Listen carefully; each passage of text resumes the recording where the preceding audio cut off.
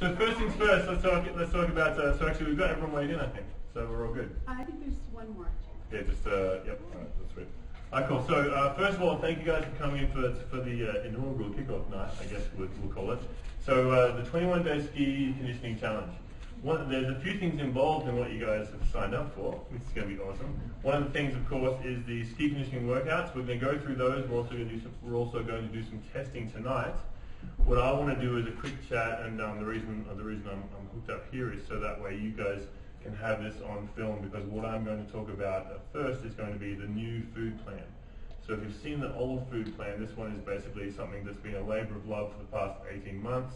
Once we put that food plan together, as soon as we had it out there, I would get feedback, and I would hear different things about the different challenges that the food plan has. So I'm not going to normally I'd have a whiteboard here and I would write up stuff, but I'm going to talk, and if you guys have questions, please feel free to ask as we go. One of the key things I want to talk about is this food plan is going to be designed for weight loss. Now, of course, we could look at that from an aesthetic benefit. I'm looking at it from the lighter you are, the more able you'll be able to move your body where you want to put it when you're on the mountain.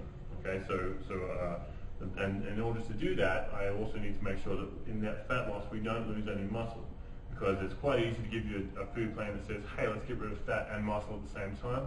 I'm not interested in that. I'm not interested in basically that number on the scale dropping dramatically. I'm more interested in that number on the scale moving less dramatically, because you've still got the same amount of muscle on.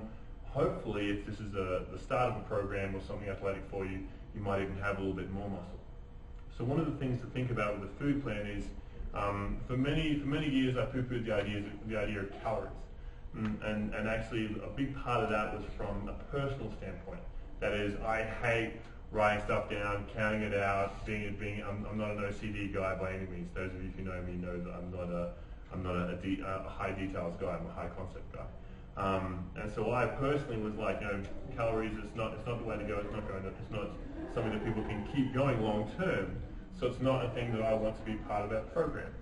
Now, of course, the more I did research on it, the more I realized that there are certain benefits to the concept of counting calories. Even though sometimes those numbers aren't necessarily accurate, if we can count them in some sense, then we can actually have an idea of how much we're taking in or not taking in, and we can have something to adjust when we get to a point where we say, I'm at a plateau. I'm not quite losing a little extra, like 5 pounds that I want to, which happens for a lot of us. So and now another piece of it too, as I dug deeper into the calorie piece, is sometimes we lose weight and then we stop losing weight. And part of that is because our hormone profile changes. Now, I'm not talking about hormone profile as in that sort of like menopause type stage of life. I'm talking more about things like our thyroid. And the thyroid is really the central house that determines what our metabolism is going to be. I can tell you I've got a couple of clients now that have thyroid challenges, and it's a frustration for them. So thankfully, through having those clients, I've done a lot of homework and research on the thyroid aspect of things, and what I've realized is that while a lot of us might not test as being in a danger zone for thyroid, just as there's a minimum amount of vitamin C to take to make sure you don't get scurvy, there's also an optimal amount of vitamin C to take to make sure that you're at peak health. So what I've looked at is foods and calories and different combinations of protein, fats, and carbs to say, how can we get our thyroid humming? How can we get it optimized? So that way our body has no reason to basically hold back on taking our metabolism to a level where it's cooking. Another piece that I've realized about fat burning is, in terms of the calories in, calories out piece, it's actually a lot more complex than that. I mean, it always has been in my mind, but the more I looked at it, the more I said, okay, what has to happen for a body to get into a fat burning state? And there's something called ketosis, and ketosis is a foundational piece of the Atkins diet. Now, one of the challenges of the Atkins, now if you know about the Atkins diet, so a lot of us didn't read the book, but all we hear is Atkins diet, sweet, cheeseburgers and blueberries. Bacon. And bacon, cheeseburgers and bacon. One of the key things that upon deeper investigation into why the Atkins diet works is ketosis. Ketosis is basically where, whenever we take carbs into our body, what happens is those carbs get processed and they end up going through our bloodstream. Now, while they're in our bloodstream, our body gets a chance to take that sugar and take it to different muscles or different organs or whatever cells need that blood sugar or that energy packet at the time. When we start to drop below a certain level in our blood sugar, that is when the body is in a state where it says, okay, I need to convert some of this fat into energy. And so this is where it becomes really an interesting quandary, because we can say, great, so no carbs means my blood sugar drops down, which means my body converts fat into energy. It's a simple equation, right? And for people that followed the Atkins diet religiously, it worked great. A lot of them lost weight. Here's the downside. As soon as they added carbs back in, what happened was their body was now hypersensitive to carbs. It was in a state of disequilibrium. And what happened in that state of false equilibrium, as soon as you took in the carbs, the body went, all right, and suddenly retained a whole bunch of fat, and our metabolism did a whole bunch of crazy stuff. And so unfortunately, and Atkins died a few years ago. When he died, he was about 290 pounds. Now at the time, he wasn't following his plan. Different people who follow Atkins say that he followed his own plan for so long that his body lost the ability to maintain or stabilize carbs in the bloodstream. So one of the things we need to think about is, what's a limit or a high or a low that we want those carbs to be in our bloodstream? And then how can we find an optimal state? Another downside is if we make our total calories lower, then what happens is, if those total calories are lower, then our body does say, okay, cool, metabolism's cooking at X, and you guys have all weighed in, so you all know what your basal metabolic rate is. Your basal metabolic rate is what you burn sitting around doing nothing. If you're in bed watching a Breaking Bad marathon, that would be the calories that you would burn. Except maybe for the exciting bits where your heart rate might go up. But the important part to think about is, my metabolism is here. Now, if I reduce the calories, what happens is the body goes, all right, cool, we're lowering calories, and it converts some fat into energy. But after a few days of low caloric intake, the body actually adjusts and says, hey, I've been on this low caloric intake for a while now, I probably need to adjust or I'm going to actually lose too much body fat too soon. So it drops its own metabolism. And that's a real problem. Because if my metabolism drops down, then what happens is I all of a sudden go, man, I feel sluggish and lethargic. And so maybe I go, I need to, now, and of course the scale stops moving, so I go, man, I need to lose even more weight. And so I need to lose even more calories, and all of a sudden we get to a point where we're not eating the minimum amount of calories, and then something happens, we have a break in willpower, we eat a massive amount, and now we have this metabolic rate, which is down here, and whatever calorie we throw in here, unfortunately, goes right into the energy reserves. So we've got our hormone profile, our insulin, our thyroid, our cortisol, stuff like that over here in one hand. We've got our metabolic rate, which we want to make sure it doesn't drop down. And of course, another piece of it is is the reality of the world that we live in. You guys are not Olympic athletes. There's not a gold medal at the end of it if you hit a certain body fat. If you hit a certain body fat percentage, it also is the season to be jolly, and you guys are out there eating foods that aren't necessarily part of the master plan.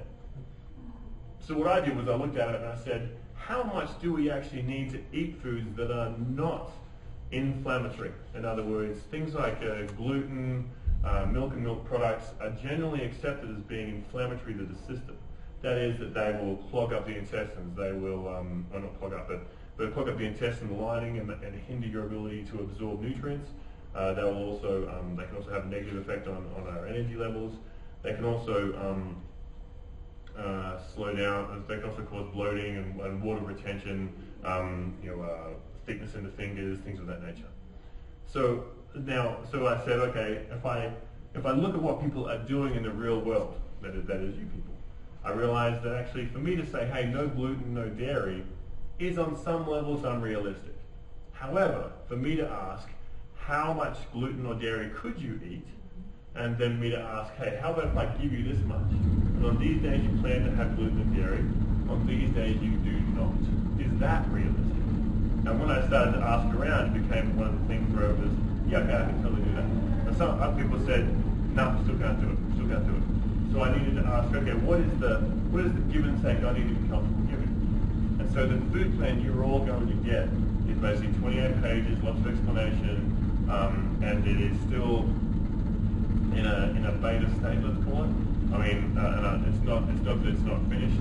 it is that there's going to be pieces where you'll go, Jamie, this would help me a lot if you explain why you want this or how I can do this. And so in other words, the concept of science is very unique. I haven't seen anything like it out there. If you guys have seen something else like it, feel free to tell me. But it's very different than the food plan we had. What I'm going to call it, a low, high, clean plan. And by low, high, clean plan, that's going to basically give you two of each. It's going to give you a low day, which is going to be 20% calories less than your basic metabolic rate.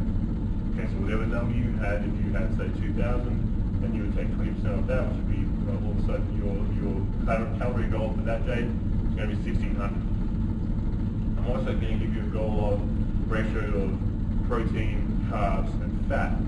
So I want you to start counting those. I want you to not only count the calories, but also count what comes in fat, what comes in protein, what comes in carbs.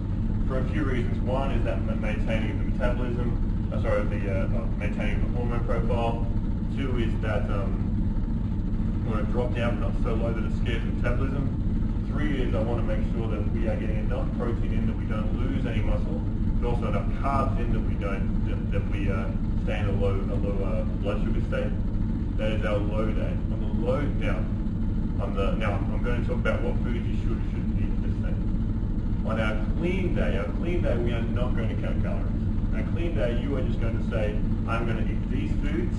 I'm not going to worry about portion size. I'm going to not eat enough so I'm full, but I'm not going to starve myself so much that I'm hungry. What's going to happen with that is you're going to eat basically a healthy breakfast with very clean foods that are not inflammatory to the system.